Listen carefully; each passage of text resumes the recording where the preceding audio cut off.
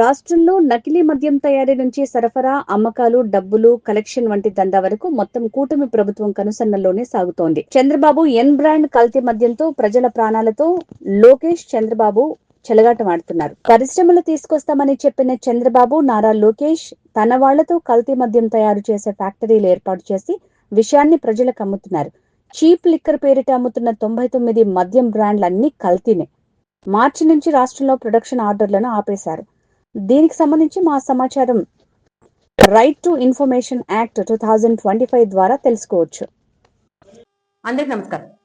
కల్తీ మద్యం ఆంధ్ర రాష్ట్రంలో ఈ మధ్య తరచుగా వినిపిస్తున్నటువంటి పదం. ఈ కల్తీ మద్యాన్ని తాగి ఎంతో మంది ప్రాణాలు కోల్పోతున్నారు. ఎన్నో కుటుంబాలు అనాథలై వీధిన పడుతున్నాయి.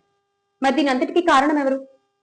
ఈ కల్తీ మద్యం తయారీ మరియు అమ్మకాల వెనక ఉన్న కథ, స్క్రీన్ ప్లే మొత్తం ఈ కూటమి ప్రభుత్వమే. కూటమి ప్రభుత్వం సహకారంతోనే నకిలీ మద్యం తయారీ మరియు అమ్మకాలు జరుగుతున్నాయి. అలా అని ఈ నకిలీ మద్యం తయారీ అమ్మకాల వెనక ఉన్నది ఏ కొద్ది మంది కూటమి నాయకులు మాత్రమే కాదు. దీని వెనక ఉండి మొత్తం కథ నడిపిస్తున్నది మొత్తం కూటమి ప్రభుత్వం. ఇది ఒక వ్యవస్థీకృత వ్యాపారం. ఏపీలో ఏ మద్యం షాపులో ఏ బ్రాండ్ కి ఎక్కువ డిమాండ్ ఉంది, ప్రతి ఒక్క షాపులో ఏ రోజు ఏ బ్రాండ్ ఎక్కువగా అమ్ముడవుతుంది అన్న పూర్తి వివరాలు ఎక్సైజ్ వారికి, అలాగే ఏపీ బెవరేజెస్ అధికారులకి పూర్తిగా స్పష్టంగా తెలుస్తాయి.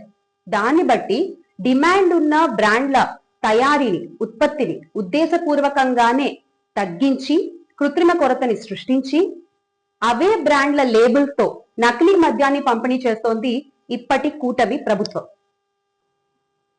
మార్చి నుంచి కూడా ప్రొడక్షన్ ఆర్డర్స్ ని ఆపేశారు.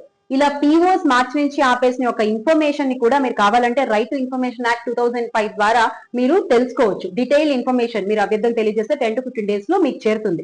ఇలా పీఓస్ ని ఆపేసి ఎలా అయితే మద్యం అమ్ముకునే వాళ్ళకి, అలాగే నకిలీ మద్యం తయారీకి, నకిలీ మద్యం సరఫరాకి ఇండైరెక్ట్ గా ప్రస్తుత గవర్నమెంట్ ఎలా సపోర్ట్ చేస్తుంది అన్న విషయం మీకు క్లియర్ గా అర్థమవుతుంది. ఇందులో భాగంగా డిమాండ్ ఉన్న బ్రాండ్ల మద్యం సరఫరాలో రేషన్ పద్ధతిని అనుసరిస్తున్నారు. వివరాల్లోకి వెళ్తే, ఉదాహరణకు ఒక మద్యం షాప్ యజమాని ఆయన షాప్ లో నాకు రోజుకి ఈ మద్యం 10 కేసులు కావాలి అని అడిగారు అనుకోండి.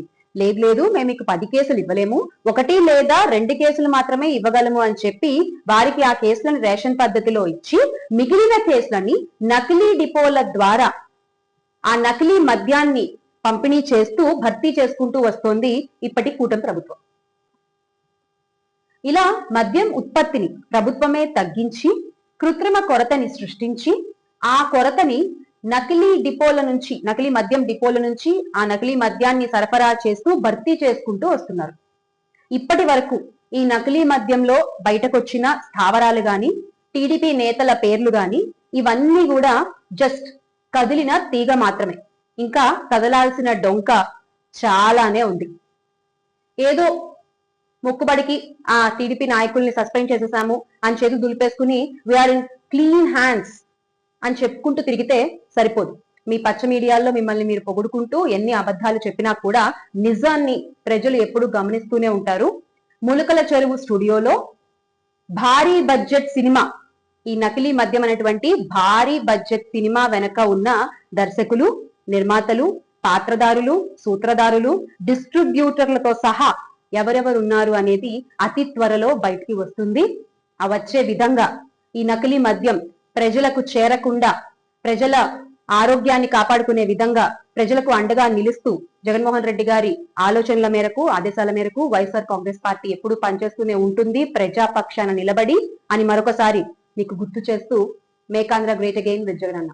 జోహార్ వైఎస్ఆర్, జై జగన్.